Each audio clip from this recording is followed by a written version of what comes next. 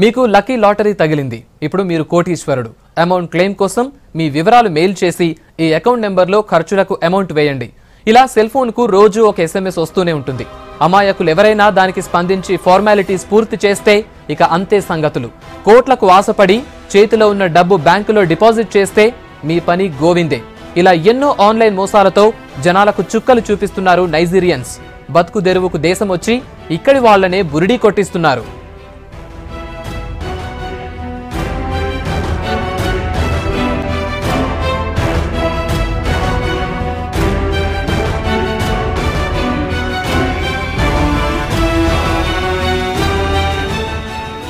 విదేశీ మోజులో ఉన్న వాళ్లను ఇట్టే వలలో పడేస్తారు చేయి తిరిగిన మోసగాళ్లు.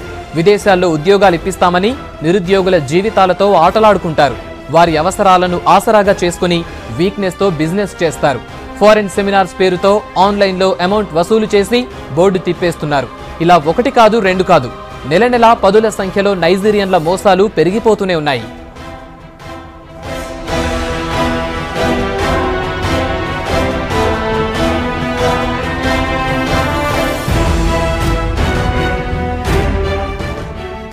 హైటెక్ సిటీ హైదరాబాద్లోనే కాదు, దేశవ్యాప్తంగా వీరి ఆగడాలు కొనసాగుతూనే ఉన్నాయి. ముఖ్య పట్టణాలన్నింటిలోనూ తిష్ట వేశారు నైజీరియన్లు. ఇప్పటి వరకు ఉద్యోగాలు, ఆన్లైన్ పెళ్లి సంబంధాలు, లాటరీ వంటి మోసాలు చేసి ఇప్పుడు వీరు కొత్త తరహా వ్యూహం రచించారు. ఢిల్లీని కేంద్రంగా చేసుకుని విదేశాల్లో ఇంటర్నేషనల్ సెమినార్ల పేరుతో మోసాలను షురూ చేశారు.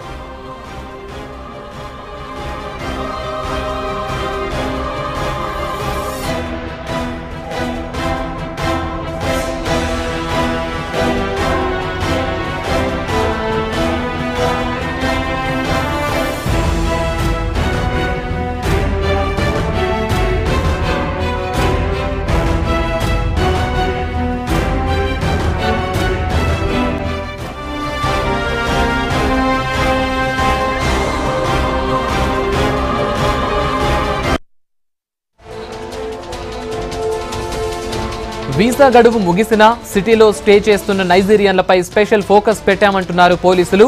చదువుల కోసం ఇక్కడికి వచ్చిన వారు ఏళ్ల తరబడి ఇక్కడే ఉంటున్నారని, కార్డన్ సెర్చ్లతో అక్రమంగా ఉండే వాళ్లను అరెస్టు చేస్తామంటున్నారు పోలీసులు. నైజీరియన్ల అడ్డాలే టార్గెట్ గా సెర్చ్లు కొనసాగుతాయంటున్నారు వెస్ట్ జోన్ డీసీపీ వెంకటేశ్వరరావు. సిటీలో ఇల్లీగల్గా ఉంటున్న నైజీరియన్ల ఆగడాలకు అడ్డుకట్ట వేస్తున్నారు పోలీసులు. ఇప్పటికే డ్రగ్స్తో పాటు అనేక నేరాల్లో పార్టిసిపేట్ చేస్తున్న నైజీరియాపై స్పెషల్ ఫోకస్ పెట్టిన పోలీసులు ఎక్కడికక్కడనే వాళ్ళని అరెస్ట్ చేసేసి జైలుకు పంపిస్తున్నారు. అయితే ఇల్లీగల్గా వీసా గడువు ముగిసిన తర్వాత కూడా సిటీలో ఉంటూ వాళ్ళు ఎలాంటి నేరాలకు పాల్పడుతున్నారు, వాళ్ళపై ఎలాంటి చర్యలు తీసుకుంటారు, మనతో వెస్ట్ జోన్ డీసీపీ వెంకటేశ్వరరావు గారు ఎంత తెలుసుకున్నాం. సార్ చెప్పండి, మన సిటీలో ఎంతమంది నైజీరియన్స్ ఉన్నారు, వాళ్ళు ఇల్లీగల్గా ఉన్నారు లేకుంటే వాళ్ళకి పాస్పోర్ట్స్ ఉన్నాయా, ఏమిటి సార్? హైదరాబాద్లో ప్రత్యేకంగా మా వెస్ట్ జోన్ పరిధిలోనైతే బంజారా హిల్స్లోని పారామౌంట్ కాలనీ, లంగర్ హౌస్ ప్రాంతము, హుమాయూన్ నగర్ ప్రాంతంలోని కొన్ని ప్రాంతాల్లో ఎక్కువ వాళ్ళు నివసిస్తూ ఉన్నారు. అదే కాకుండా సికింద్రాబాద్ ప్రాంతంలో కూడా ఎక్కువగా ఉంటారు. మలక్పేట్ అనుకోండి, ఇతరత్ర సైదాబాద్ ప్రాంతంలో కూడా కొంతమంది ఎక్కువగా విదేశాల నుంచి వచ్చిన వాళ్ళు చదువుకోవడానికి ప్రత్యేకంగా నైజీరియన్స్ ఇక్కడ ఉండడం జరుగుతుంది. వీళ్ళకు ఎక్కువ వీసాస్ ఏ విధంగా ఉంటాయి అంటే వీళ్ళకి స్టే టైం ఏమైనా ఉంటుందా, వీసాస్ ఎలా ఉంటాయి వీళ్ళకి? అంటే వీళ్ళకు డిగ్రీ పర్సూ చేయడానికి వచ్చినప్పుడు వీసా అనేది దాని డిగ్రీ పీరియడ్ ఎంత ఉందో అంతవరకు వీసాని ఇస్తారు. ఒకవేళ వాళ్ళు కంటిన్యూస్గా స్టడీ కనుక ఉంటే అది కంటిన్యూస్గా వాళ్ళకు అంటే వాళ్ళు they have to submit their study certificate. ఇతను ఇక్కడ ఎడ్యుకేషన్ పర్సూ చేస్తున్నా అంటే మాత్రం వీసా ఉంటుంది. అదర్వైజ్ అతన్ని ఆ పీరియడ్ అయిపోయిన తర్వాత అతడికి ఉండడానికి వీల్లేదు. అతను ఒకవేళ ఫెయిల్ అయినా కూడా అడిషనల్గా he has to take permission from the foreign FRRO. అంటే ఈ ఓవర్ స్టే చేసిన వాళ్ళు ఎలాంటి క్రిమినల్ యాక్టివిటీస్ చేస్తున్నారు, ఏ డ్రగ్స్తో పాటు ఇంకెలాంటి కేసెస్ చేస్తున్నారు వీళ్ళు? క్రిమినల్ యాక్టివిటీస్ చేయడానికి ఒకటేనండి, వాళ్ళ పీరియడ్ అయిపోయిన తర్వాత వాళ్ళకి ఇక్కడ పర్మిషన్ అనేది ఉండదు కాబట్టి వాళ్ళ డిగ్రీ కంప్లీట్ కాదు. మరి అటువంటి సందర్భంలో ఆ టైంలో గ్యాప్ పీరియడ్లో వాళ్ళు ఇతరత్ర అంటే గోవా నుంచి కానీ అటు బయట ప్రదేశాల నుంచి గాంజా కానీ లేకపోతే నార్కోటిక్ డ్రగ్స్ కానీ హిరాయిన్ కానీ కొకాయిన్ లాంటివి కానీ తీసుకొచ్చి ఇక్కడ అమ్మడం కానీ లేకపోతే ఇతరత్ర దందాలు చేయడానికి కూడా అవకాశం ఉంటుంది. అంటే గతంలో మనం కొన్ని యూనివర్సిటీలు బేస్ చేసుకుని వీళ్ళు ఒక చైన్ సిస్టమ్ ద్వారా ఈ డ్రగ్స్ దందా కొనసాగించారు. అంటే అలాంటి వాళ్ళ ముఠాలు మీరు ఐడెంటిఫై చేస్తారా, వాళ్ళ మీద ఎలాంటి యాక్షన్ తీసుకుంటున్నారు? ఇంకా అంటే మనము స్పెసిఫిక్గా కేసెస్ ఉన్న కేసుల్లో అందరినీ కూడా మనము అరెస్ట్ చేయడం అనేది జరిగింది.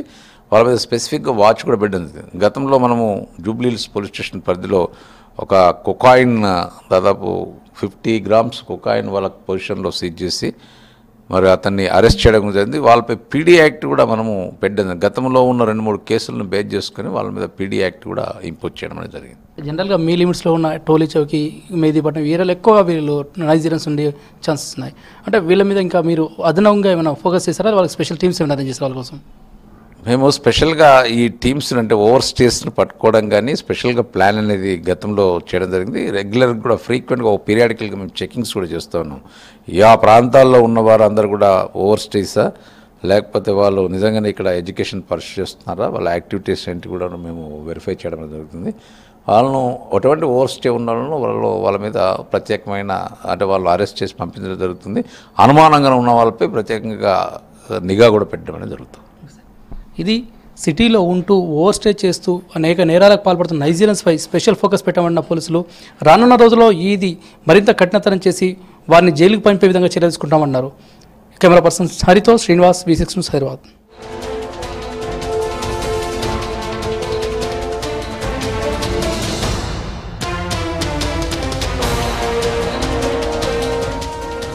ఆన్లైన్ మోసాలను వరికట్టేందుకు పోలీసు యంత్రాంగం చిత్తశుద్ధితో పనిచేస్తోందంటున్నారు crime additional CP Swathi Lakra. అమాయకుల్ని మోసగించిన వారిపై కఠిన చర్యలు తీసుకుంటామని హెచ్చరిస్తున్నారు. ఆన్లైన్లో చీటింగ్ కేసుల్ని ప్రివెంట్ చేస్తామంటున్నారు. నైజీరియన్లు ఆన్లైన్ మోసాల విషయంలో జనం జాగ్రత్తగా ఉండాలంటున్నారు స్వాతి లక్రా.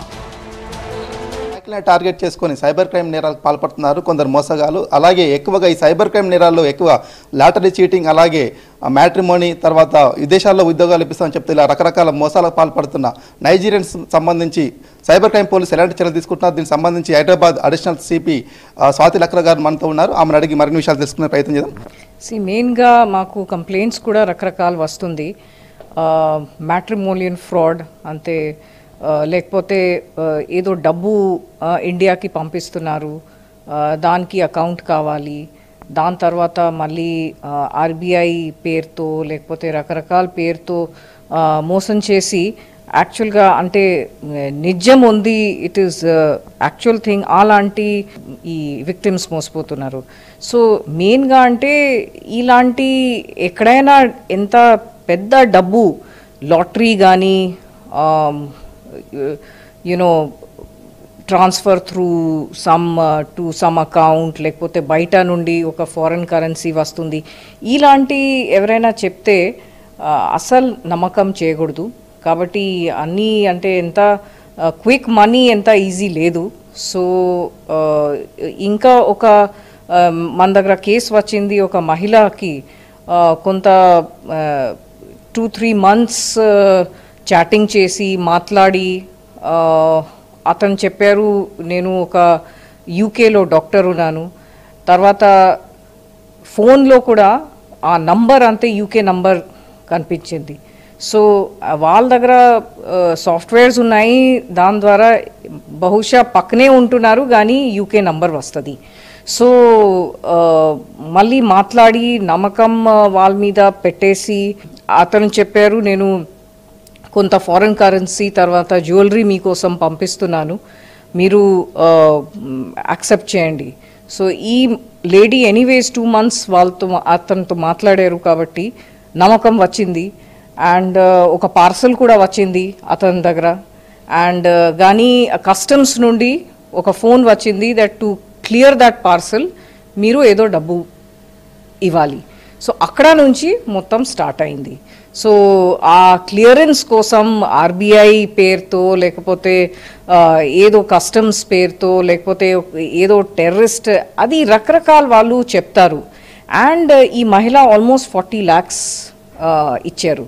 సో ఇలాంటి అంటే ఎవరైనా మీకు డబ్బు పెట్టాలి అది క్లియర్ చేసుకోవడానికి అది చెప్తే మీరు నమ్మకం చేయకూడదు. వీళ్ళు అందరు అంటే ఫ్రాడ్స్టర్స్ ఉన్నారు. ఈ సైబర్ క్రైమ్ నేరాలకు పాల్పడే వారి మీద ఎలాంటి చట్టపరమైన సెక్షన్స్ యాక్ట్ వాళ్ళ మీద ఉంటాయి? తర్వాత ఎస్పెషల్లీ నైజీరియన్స్ మీద, ఎందుకంటే వాళ్ళు ఇతర దేశ సిటిజన్స్ కాబట్టి వాళ్ళ మీద ఈ సైబర్ క్రైమ్ పాల్పడితే వాళ్ళ మీద ఎలాంటి స్పెషల్ కేసు నమోదు చేస్తారు? ఇప్పుడు సైబర్ క్రైమ్ అంటే ఐటీ యాక్ట్ కింద వస్తుంది. కొన్ని సెక్షన్స్ ఉన్నాయి, 67 అండ్ ఆల్ దీస్ చాలా సెక్షన్స్ ఉన్నాయి. ఆ ఐటీ యాక్ట్ కాకుండా మేము ఐపీసీ సెక్షన్స్ కూడా పెడుతున్నాము. ఇలాంటి ఫారెన్ సిటిజన్స్ అయితే మేము అంటే వాళ్ళ ఎంబసీకి కూడా ఇన్ఫార్మ్ చేయడం జరుగుతుంది. అండ్ కొంతమందికి పాస్పోర్ట్స్ కూడా ఎక్స్పైర్డ్ ఉంటుంది. సో అలాంటి కేసెస్లో కూడా ఆ కేసెస్ కూడా బుక్ చేస్తాము. ఓకే, మొత్తానికి అయితే సైబర్ క్రైమ్ పోలీసులు సైబర్ క్రైమ్ నేరాలు పాల్పడుతున్న ఎక్కడి నుంచి అయినా సరే, ఇతర దేశాల నుంచి కావచ్చు, ఇతర రాష్ట్రాల నుంచి కావచ్చు, ఎక్కడి నుంచి అయినా సరే సైబర్ క్రైమ్ నేరాలు పాల్పడితే మాత్రం వారిని ఖచ్చితంగా అరెస్ట్ చేసి కట్టకట్టాలకు పంపుతూ ఉంటున్నారు. అలాగే ఎవరైతే ప్రజలు ఉంటారో వాళ్ళు కూడా కొన్ని జాగ్రత్త తీసుకోవాలి. ఏదైతే వాళ్ళ సెల్ ఫోన్లో కానీ వాళ్ళ సోషల్ మీడియాలో వాడుతున్న ఈమెయిల్స్ కానీ ఎలాంటి మెసేజ్ వచ్చినా కానీ వాటికి ఎమ్మటే రిప్లై ఇవ్వద్దు, అవాయిడ్ చేయాలి. దాంతో సైబర్ నేరాలకు గురి కాకుండా ఉండాల్సిన జాగ్రత్తగా చెప్తున్నారు పోలీసులు. మొత్తానికైతే సైబర్ క్రైమ్ మీద ప్రజలు అందరూ అలర్ట్గా ఉండాలి. ఎలాంటి మెయిల్స్ వచ్చినా ఎలాంటి కాల్స్ వచ్చినా కానీ అవాయిడ్ చేయాలని చెప్తున్నారు సైబర్ క్రైమ్ పోలీసులు. కెమెరా పర్సన్ శ్రీకాంత్తో రవికిరణ్, V6 హైదరాబాద్.